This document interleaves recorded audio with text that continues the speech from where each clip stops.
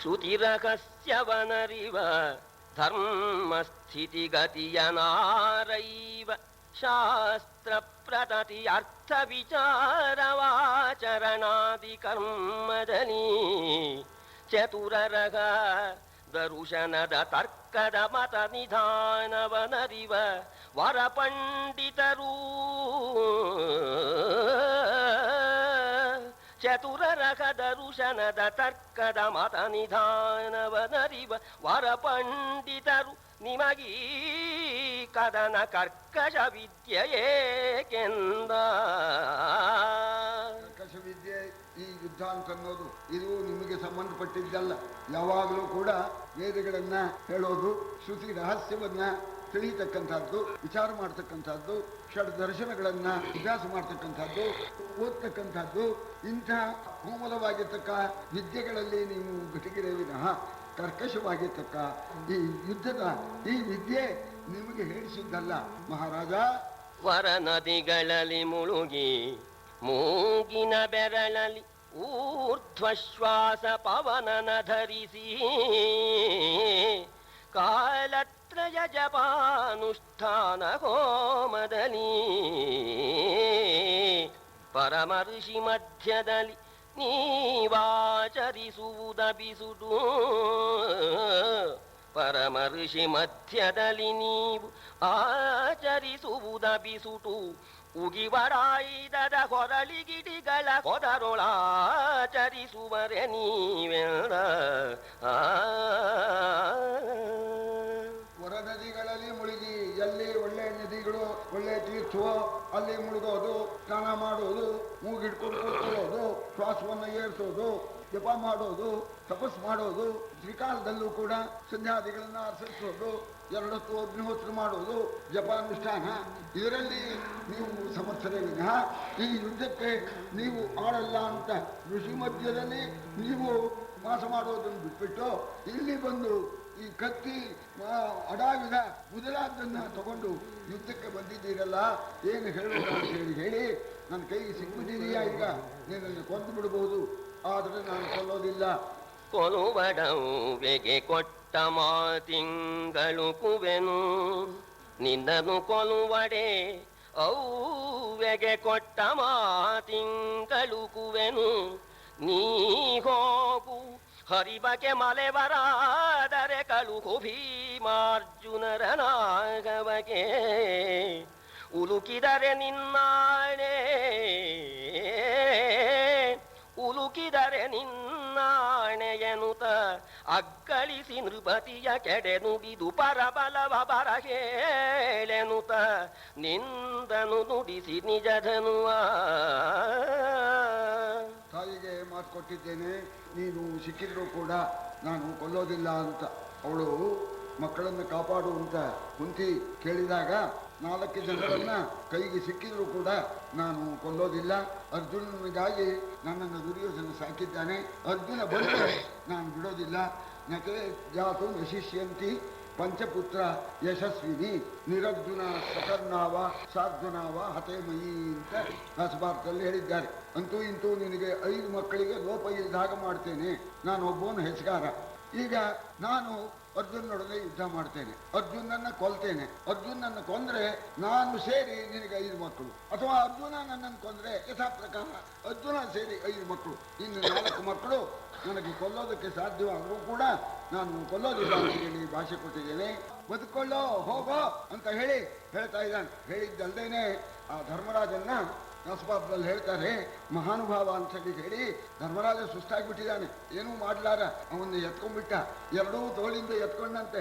2 ತೋಳಿಂದ ಎತ್ಕೊಂಡು ಅವನ ಪಾದ ತನ್ನ ಶಿರಸ್ಸಿಗೆ ತಾಕೋ ಹಾಗೆ ಒಂದು ಸ್ವಲ್ಪ ಹೊತ್ತು ಎತ್ಕೊಂಡು, ಧರ್ಮಮೂರ್ತಿ ನೀನು, ಆ ಧರ್ಮದ ಅಂಶ ನನಗೂ ಬರಲಿ ಅಂತೇಳಿ ಹೇಳಿ ಆಮೇಲೆ ರಥದ ಮೇಲೆ ಇಟ್ಟು, ಕರೆ ನಿಮ್ಮ ಭೀಮಾರ್ಜುನ ಕಳಿಸು, ನಾನು ಹಿಂಗಿರೋದಿಲ್ಲ, ನಿನ್ನನ್ನೇನು ಮಾಡೋಲ್ಲ, ಕೊಲ್ಲೋದು ಸುಲಭ, ಬಿಟ್ಬಿಟ್ಟಿದ್ದೇನೆ ಹೋಗು ಅಂತೇಳಿ ಹೇಳಿ ಅವನನ್ನು ಬಿಟ್ಟು ಧನುಷ್ಟಂಕಾರ ಮಾಡ್ದ ನಿಂತು ಬಿಟ್ಟಿದ್ದಾನಿಗೆ ಕರ್ಣ ಅಂತ. ಈ ಸಂದರ್ಭದಲ್ಲಿ ಕರ್ಣನಿಗೇನೋ ಪ್ರಾಶಸ್ತ್ಯ, ಆ ಧರ್ಮರಾಜನ ಬಿಟ್ಬಿಟ್ನಲ್ಲ ಅವನು ಯಾಕೆ ಕೊಲ್ಲಿಲ್ಲ, ಕೊಂದಿದ್ರೆ ಆಗ್ತಿರ್ಲಿಲ್ವೇ ಅಂತ ಬರುತ್ತೆ. ಇದಕ್ಕಿಂತ ಮೊದಲು ಯೋಚನೆ ಮಾಡಬೇಕು. ಈಗೇನೋ ಧರ್ಮರಾಜ ಸಿಗಾಕೊಂಡ ದ್ರೋಣ ಪರ್ವದಲ್ಲಿ 18 ಸಲ ಭೀಮ ಬಡಿತಾನೆ ಕರ್ಣನ್ನ, ನೀವೇ ಕೇಳಿದ್ದೀರಿ. ಪ್ರತಿ ಸಲವೂ ನಿನ್ನನ್ನು ಕೊಲ್ಲಬಹುದು ಕೊಡೋ, ಅರ್ಜುನ ಬಾಳಕ್ಕೆ ನೀನು ಮೀಸಲು, ಅದಕ್ಕೆ ಕೊಲ್ಲೋ ಹಾಗಿಲ್ಲ, ನೀನು ಬಿಡ್ತೇನೆ ಅಂತ. ಈಗ ಕರ್ಣ ಕೊಲ್ಲಬಹುದಾಗಿತ್ತು ಅಂತ ನೀವು ಅಂದ್ರೆ ಆ ಭೀಮನೇ ಕೊಲ್ಲಬಹುದಾಗಿತ್ತಲ್ಲ, ಆಮೇಲೆ ಕರ್ಣ ಎಲ್ಲಿದ್ದ ಅಂತ. ಇದಕ್ಕೆ ಒಂದು ಮಾತನ್ನು ಹೇಳ್ತಾರೆ, ಕೆಲವು ಇದೆ ಅವಶ್ಯಂ ಭಾವಿಭಾವಾನಾಂ ಅಂತ, ಕೆಲವು ನಡೆದೇ ತೀರಬೇಕು, ಅದಕ್ಕೆ ಪ್ರತೀಕಾರವೇ ಇಲ್ಲ ಅಂತ, ಅದಕ್ಕೆ ದೈವ ಸಂಕಲ್ಪ ಅಂತ. ಅದು ಹಾಗೆ ಆಗ್ಬೇಕು, ಅದಕ್ಕೆ ಪ್ರತೀಕಾರ ಅಂತ ಅನ್ನೋದು ಇಲ್ಲೇ ಇಲ್ಲ. ಹಾಗೆ ಪ್ರತೀಕಾರ ಇದ್ದಿದ್ರೆ ಸರಿ, ನಳ, ರಾಮ, ಧರ್ಮರಾಜ ಮೊದಲಾಗಿರ್ತಕ್ಕಂಥವರು ಈ ವನವಾಸ ಈ ದುಃಖ ಪಡ್ತಾನೆ ಇರಲಿಲ್ಲ ಅಂತ. ಈಗ ಮೊದಲಿಗೆ ಹೋಗೋಣ, ವಿದುರ ಹೇಳ್ತಾನೆ, ನಿನ್ನನ್ನು ಅರಮನೆ ಕಟ್ಟಿದ್ದಾರೆ ನೋಡೋದ್ ಬಾ ಅಂತ ಕರೀತಾನೆ ನಿನ್ ದೊಡ್ಡಪ್ಪ, ನೀನು ಬಂದ್ರೆ ಒಳ್ಳೇದಾಗೋಲ್ಲ, ಭೀಷ್ಮಾದಿಗಳು ಬರಬೇಡ ಅಂತ ಹೇಳಿದ್ದಾರೆ, ನೀ ಬರಬೇಡ ಅಂತಂದಾಗ ಧರ್ಮರಾಜ ಹೋಗದೇ ಇದ್ದಿದ್ರೆ ಜೂಜಿರುತ್ತೆ, ವನವಾಸ ಇತ್ತೆ, ಒಂದು ಹೋದ. ಯಾಕೆ ಹೋದ? ಅದೇ ಹೇಳಿದ್ದು, ಅದಕ್ಕೆ ಪ್ರತೀಕಾರ ಇಲ್ಲ, ಹೋಗಿ ತೀರ್ಬೇಕು, ಅನುಭವಿಸಿಯೇ ತೀರ್ಬೇಕು. ಹಾಗೇನೆ ಭೀಮನ ಕೈಗೆ ಕರ್ಮ ಸಿಕ್ಕಿದಾಗ ಅವನು ಬಿಟ್ಟ, ಅರ್ಜುನಿಗೆ ಮೀಸಲು ಬಿಟ್ಟಿದ್ದೇನೆ ಇಂದ, ಇವಂದ ತಾಯಿಗೆ ಮಾತು ಕೊಟ್ಟಿದ್ದೇನೆ, ಬಿಡಬೇಕಾದ್ದು ದೈವ ಸಂಕಲ್ಪ, ಅದಕ್ಕೇನಾದ್ರು ಕಾರಣ ಇರಲಿ. ಅಲ್ಲಿ ಅರ್ಜುನ ಬಾಣಕ್ಕೆ ನೀನು ಮೀಸಲು ಅಂತ ಅವನು ಬಿಟ್ಟ, ಇವ ತಾಯಿಗೆ ಮಾತು ಕೊಟ್ಟಿದ್ದೇನೆ ಅಂತ ಬಿಟ್ಟ. ಒಟ್ಟಿನ ಮೇಲೆ ಧರ್ಮರಾಜನ ಕೊಲ್ಲೋದಕ್ಕೆ ಕಾರಣದಿಂದ ಅದು ಹಾಗಿಲ್ಲ, ಅದು ದೈವ ಸಂಕಲ್ಪ ಅಂತ ನಾವು ಇಟ್ಕೋಬೇಕು. ಇದು ತಮಾಷೆಯಾಗಿರ್ತಕ್ಕಂಥದ್ದು ಅಂತ. ಈ ಪ್ರಕಾರವಾಗಿ ಅವನನ್ನ ಬಿಟ್ಬಿಟ್ಟಿದ್ದಾನೆ ಕರ್ಣ. ಏತ ಹೇಳುವೆ ನರಸ ಪಾಂಡವ ಸೇನೆಗಾದ ವಿಪತ್ತನು, ಅರಸನ ಹಾನಿಯನು ನಿನ್ನವರ ಸುಮ್ಮಾದದ ಸಗಾಡಿಕೆಯ ಏನ ಹೇಳುವೆನು. ಭಾನುಸುತನೋ ಕೌರವನ ಮತದಾನೆಯೋ, ಗುರು ಸೈನ್ಯ ನಳಿನಿ ಭಾನುಮಜ ಭಾಪೆಂದು ಹೊಗಳಿತು ಕೂಡೆ ಪರಿವಾರ. ಬಾಯಿ ಬಂದಾಗ ಬೈದು ಬಿಟ್ಟ, ಅವಮಾನನೂ ಮಾಡ್ದ, ಬಿಟ್ಟಿದ್ದೇನೆ ಅಂತಂದ. ಈ ಪ್ರಕಾರವಾಗಿ ಏನ್ ಹೇಳೋ ಧೃತರಾಷ್ಟ್ರ ಮಹಾರಾಜ, ಪಾಂಡವ ಸೈನ್ಯಕ್ಕೆ ಬಂದಿರ್ತಕ್ಕಂಥ ಆಪತ್ತನ್ನ ನಾನು ಏನು ಹೇಳಿ, ನಿಮ್ಮ ಸೈನ್ಯಕ್ಕೆ ಉಂಟಾಗಿರ್ತಕ್ಕಂತಹ ಸಂತೋಷ ಅದನ್ನ ಎಷ್ಟು ವರ್ಣನೆ ಮಾಡಿದ್ರು ಕೂಡ ತೀರದು ಅಂತ. ಭಾನುಸುತನೋ ಕೌರವನ ಮತದಾನಯಂ ಅಂತ. ಕರ್ಣ ಅವನು ಕೌರವ ಸೈನ್ಯಕ್ಕೆ ಮದ್ದಾನೆಯಂತೆ ಇದ್ದಾನೆ, ಕುರು ಸೈನ್ಯವೆಂಬತಕ್ಕ ಕಮಲಕ್ಕೆ ಸೂರ್ಯನಂತೆ ಇದ್ದಾನೆ. ಏನ್ ಹೇಳಿ ಆ ಕರ್ಣನ ಪರಾಕ್ರಮ, ಸೂರ್ಯನ ಆ ಬಿಸಿಲಿನ ತಾಪ ಹೆಚ್ಚಿನಂತೇನೆ ಕರ್ಣನ ಪ್ರತಾಪ ಹೆಚ್ಚಾಗಿಬಿಟ್ಟಿದೆ. ಆ ಕಾಲದಲ್ಲಿ ಇವ್ ಹೇಳ್ತಾನೆ, ಇವನ ಕಣ್ಣಿಗೆ ಕಾಣುತ್ತಲ್ಲ, ವ್ಯಾಸರ ಅನುಗ್ರಹದಿಂದ ಹೇಳ್ತಾ ಇದ್ದಾನೆ, ಎರಡೂ ಕಡೆ ಇದನ್ನ ವರ್ಣನೆ ಮಾಡ್ತಾನೆ. ಇದು ಸ್ವಾರಸ್ಯವಾಗಿದೆ. ಈ ಕಡೆಯಲ್ಲಿ ಹೀಗಿತ್ತು, ಆ ಕಡೆಯಲ್ಲಿ ಹಾಗಿತ್ತು. ಈ ಕಡೆ ಅಂದ್ರೆ ಈ ನಮ್ ಕಡೆ ಅಂತ ಸಂಜಯ ಹೇಳೋದು, ಕೌರವರನ್ನ ನಮ್ಮ ಕಡೆ ಅಂತಾನೆ, ಪಾಂಡವರನ್ನ ಶತ್ರುಗಳು ಅಂತ ಆ ಕಡೆ, ಶತ್ರುಗಳ ಕಡೆ ಅಂತಾನೆ. ಹಾಗಿತ್ತು, ಈ ಕಡೆ ಹಾಗಿತ್ತು, ಆ ಕಡೆ ಹಾಗಿತ್ತು. ಪದ್ಯ ಓದ್ತಾನೆ, ಸ್ವಾರಸ್ಯವಾಗಿದೆ. ಇವರ ಹರುಷದ ನಗೆಯನು ಆ ಬಲದವರ ಮೋರೆಯ ಹೊಗೆಯನು, ಇವರ ಹರುಷದ ನಗೆಯನು ಆ ಬಲದವರ ಮೋರೆಯ ಹೊಗೆಯನು, ಈ ಬಲದವರ ಭುಜದುರೆ ಒಯ್ಲನು ಆ ಬಲದವರ ಬಿಸುಸುಯಿಲ, ಇವರೊಸಗೆ ಕೈಗುಡಿಯನು, ಇವರೊಸಗೆ ಕೈಗುಡಿಯನು ಆ ಬಲದವರ ಗೆಲುವಿನ ಗಡಿಯ, ನೀ ಚಿತ್ತವಿಸಿದೈ ಧೃತರಾಷ್ಟ್ರ ಎಂದನು ಸಂಜಯನು ನಗುತ್ತ. ಭಾಷಾನು ಚೆನ್ನಾಗಿದೆ. ಇವರ ಹರುಷದ ನಗೆ, ಇವರ ಅಂದ್ರೆ ಈ ನಮ್ಮವರ ಕೌರವರ ಆ ಹರುಷದ ನಗೆ, ಆ ಕಡೆಯವರ ಆ ಮೋರೆಯ ಹೊಗೆ, ನಗೆ ಹೊಗೆ.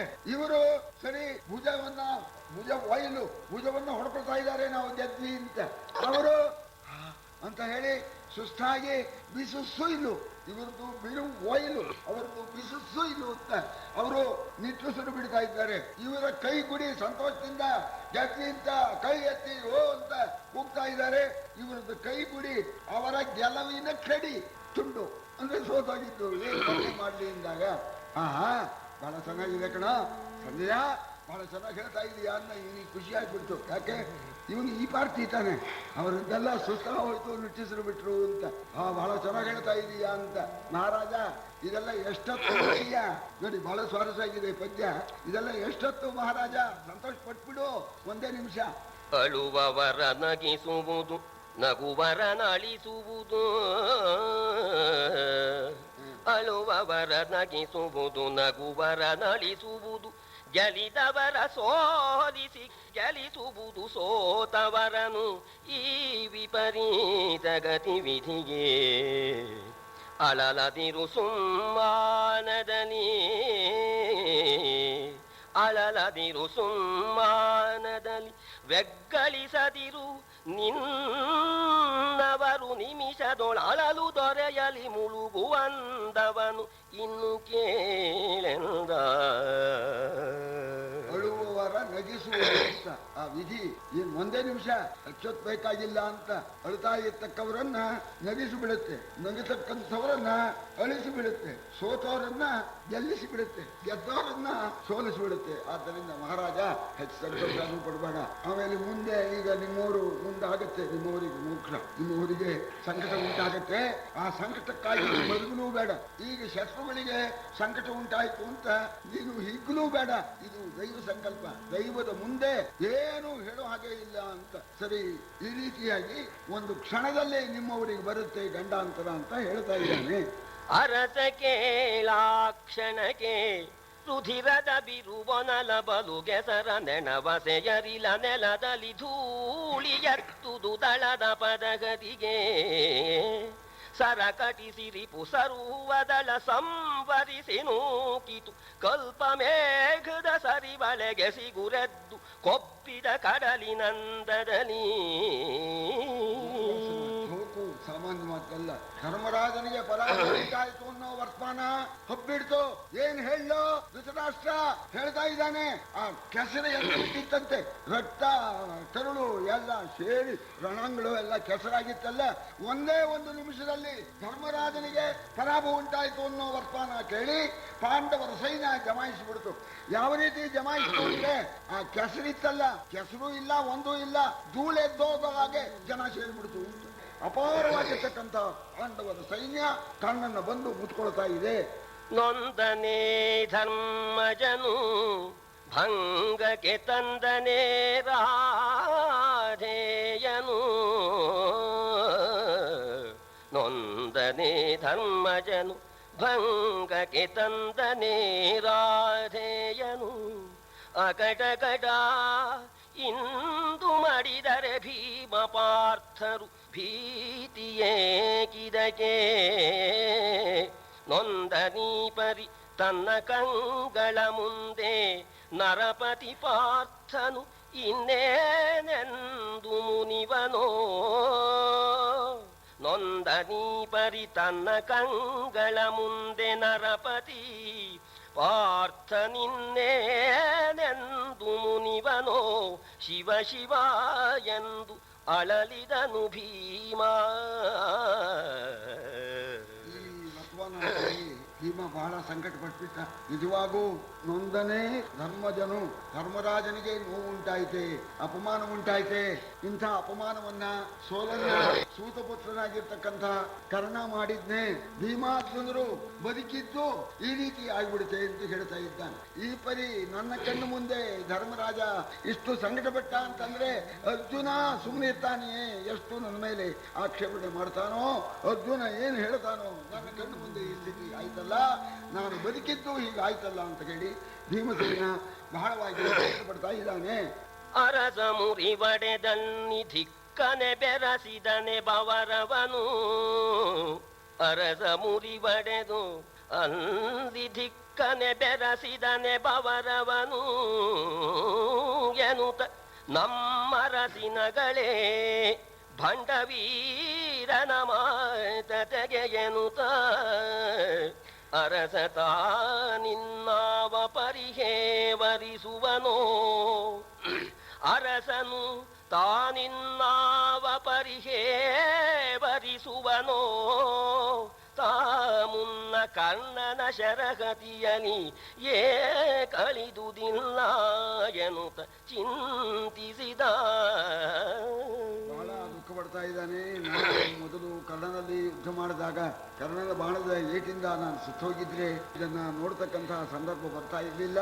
ಧರ್ಮರಾಜ ಅಲ್ಲಿ ಭಂಗಪಟ್ಟ ಇದ್ದಾನೆ ಅಂತ ನೋಡ. ದ್ರೌಪದಿ ಏನು ಹೇಳ್ತಾಳೋ, ಎಷ್ಟು ಹಾಸ್ಯ ಮಾಡ್ತಾಳೋ, ಅರ್ಜುನ ಏನು ಹೇಳ್ತಾನೋ, ನಾನು ಹೋಗಲಿಲ್ವಲ್ಲ ಅಂತ ಹೇಳಿ ಬಹಳವಾಗಿ ಭೀಮಸೇನ ಸಂಕಟ ಪಡ್ತಾ ಇದ್ದಾನೆ. ನರನ ಖಾತಿಗೆ ದ್ರೌಪದಿಯ ಕೊತ್ತಿರುಗಳುಪಹಾಸ್ಯಕ್ಕೆ ನೃಪತಿಯ ಮರಣ ಸಾದೃಶ್ಯ ಪ್ರಕಾರಂ ವ್ಯಥೆಯ ಕಾಣಿಕೆಗೆ ಅರರೆ ಭಾಜನವಾದೆನೈ ಅರರೆ ಭಾಜನವಾದೆನೈ ಹರ ಹರ ಮಹಾದೇವ ಹರ ಹರ ಮಹಾದೇವ ಎನುತ ತುದಿ ಬೆರಳಲಾಲಿಯ ನೀರ ಮಿಡಿದು ಅಳಲಿದನು ಕಲಿ ಭೀಮ. ನೀರು ಸುರಿತಾ ಇದೆ, ಮರಳಿಂದ ಹಿಡೀತಾ ಭೀಮಸೇನ ಬಹು ಸಂಕಟ ಪಟ್ಬಿಟ್ಟ. ಏನು ಹೇಳಿ ಆ ಅರ್ಜುನ ನನ್ನ ಮೇಲೆ ಎಷ್ಟು ಸಿಟ್ಟಾಗ್ತಾನು, ದ್ರೌಪದಿ ಮತ್ತು ಅವಳ ಸಖೀರಲ್ಲ ಎಷ್ಟು ಹಾಸ್ಯ ಮಾಡ್ತಾನು, ಧರ್ಮರಾಜ ಏನಂತಾನು. ಧರ್ಮರಾಜನಿಗೆ ಮರಣ ಸದೃಶವಾಗಿರ್ತಕ್ಕಂಥ ಇಂಥ ಸಂಕಟ ಉಂಟಾದರೂ ಕೂಡ ನನ್ನ ಕಣ್ಣು ಮುಂದೆ ಆದರೂ ಕೂಡ ನಾನೇನು ಕೂಡ ಮಾಡೋದಕ್ಕೆ ಸಾಧ್ಯವಾಗಲಿಲ್ವಲ್ಲ. ಶಿವಶಿವ, ನಾನು ಯಾಕೆ ಬದುಕಬೇಕಾಗಿತ್ತು ಅಂತ ಹೇಳಿ ಭೀಮಸೇನ ಕಣ್ಣೀರು ಸುರಿಸುತ್ತಾ ಬೆರಳಿಂದ ಕಣ್ಣೀರನ್ನು ಮಿಡೀತಾ ಇದ್ದಾನೆ. ಹೀಗೆ ಒಂದು ಸ್ವಲ್ಪ ಹೊತ್ತು ದುಃಖಪಟ್ಟ ಭೀಮನಿಗೆ ಕೋಪ ಬಂತು.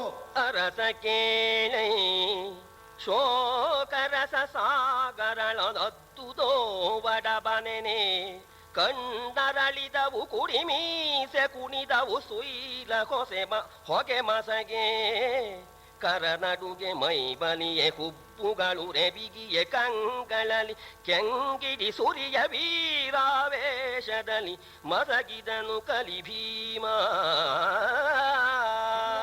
ಆ ಕೋಪವೆಂಬತಕ್ಕಂಥ ಒಡವಾಗ್ನಿ, ಆ ದುಃಖವೆಂಬತಕ್ಕಂಥ ನೀರನ್ನ ಹೀರಿ ಬಿಡುತ್ತಂತೆ, ಕಣ್ಣು ಅರಳು ಬಿಡುತ್ತೋ, ಆ ಮೀಸೆ ಕುಣಿತಾ ಇದೆಯಂತೆ, ಹೊಗೆ ಬರ್ತಾ ಇದೆಯಂತೆ, ಉಸಿರಿನಲ್ಲಿ ಹೊಗೆ ಬರ್ತಾ ಇದೆಯಂತೆ, ಕೈ ನಡುಗ್ತಾ ಇದೆಯಂತೆ, ಮೈ ಒಳ್ಳೆ ಬಲಿಷ್ಠವಾಗಿ ಬಿಡುತ್ತಂತೆ, ಹುಬ್ಬುಗಳು ಬಿಕ್ಕೊಂಡು ಗಂಟು ಹಾಕೊಂಡ್ಬಿಡ್ತಂತೆ, ಕಣ್ಣುಗಳಲ್ಲಿ ಚಂಡಗಳನ್ನ ಸುರಿತಾ ಇದ್ದಾನಂತೆ. ವೀರಾವೇಶದಿಂದ ಕೂಡ್ಕೊಂಡ್ಬಿಟ್ಟು ಧರ್ಮರಾಜನಿಗೆ ಈ ಸ್ಥಿತಿ ಉಂಟು ಮಾಡಿರ್ತಕ್ಕ ಕರ್ಣನ ನಾಶ ಮಾಡಿಬಿಡ್ಬೇಕು ಅಂತ ಸಂಕಲ್ಪ ಮಾಡಿದ್ದಾನೆ. ಕೋಪಗೊಂಡ ಭೀಮಸೇನ ಧರಣಿಪನ ಸಂರಕ್ಷೆಗೆ 5,000 ರಥವನು 20,000 ತುರಗವನು 16,000 ಮತ್ತ ಗಜಗಡೆಯ ದೊರೆಗಳನ್ನು ಸಹದೇವ ಸತ್ಯಕಿವರನ ಕುಲಸುತ ಸೋಮ ಪಾಂಚಾಲರ ಕುಮಾರಾನೀಕವನು ಕರೆದು ನೇಮಿಸಿದ. ನಾಶ ಮಾಡಿಬಿಡಬೇಕು, ಅದರೊಳಗೆ ಧರ್ಮರಾಜನ ರಕ್ಷಣೆ ಸರಿಯಾಗಿರಬೇಕು ಅಂತ ಯೋಚನೆ ಮಾಡಿಬಿಟ್ಟು ಭೀಮಸೇನ ಧರ್ಮರಾಜನ ರಕ್ಷಣೆಗೋಸ್ಕರವಾಗಿ 5,000 ರಥವನ್ನು, 20,000 ಕುದುರೆಗಳು, 16,000 ಆನೆಗಳು ಮತ್ತು ಪ್ರಖ್ಯಾತರಾಗಿರ್ತಕ್ಕಂಥ ದೊರೆಗಳು, ವೀರರು, ಸಾತ್ವಿಕಿ ಮೊದಲಾಗಿರ್ತಕ್ಕಂಥವರು, ಸಹದೇವ, ನಕುಲ ಮತ್ತು ಉಪಪಾಂಡವರು, ಸುತಸೋಮ ಮೊದಲಾಗಿರ್ತಕ್ಕಂಥ ಉಪಪಾಂಡವರು, ಪಾಂಚಾಲರು, ದುಷ್ಟದ್ಯುಮ್ನ ಇವರನ್ನೆಲ್ಲ ಏರ್ಪಾಟ್ ಮಾಡಿದ್ದಾನೆ. ಧರ್ಮರಾಜನ ರಕ್ಷಣೆ ಮಾಡ್ತಾನೆ ಇರಬೇಕು ಅಂತ. ವೈರಿ ಕರ್ಣನ ಕಾಂತೆಯರ ದೃಗುವಾರಿ ಧಾರೆಯಲಿ ಎನ್ನ ಭಾರಿಯ ಭೂರಿ ಕೋಪಾನಳನಲಳಿಯನು ತಗ್ಗಿಸುವೆನು. ವೈರಿ ಕರ್ಣನ ಕಾಂತೆಯರ ದೃಗುವಾರಿ ಧಾರೆಯಲಿ ಎನ್ನ ಭಾರಿಯ ಭೂರಿ ಕೋಪಾನಳನಲಳಿಯನು ತಗ್ಗಿಸುವೆನು ಎನ್ನುತ್ತ ಧಾರುಣಿ ಬದಿಗೆರಗಿ ನಿಜ ಪರಿವಾರವನು ಸೀದಾನವರಸೆನುತ 6 ಭಟೆಯಲಿ ಭೀಮ ಮೊಳಗಿದ ನಹಿತ ಮೋಗರಗೆ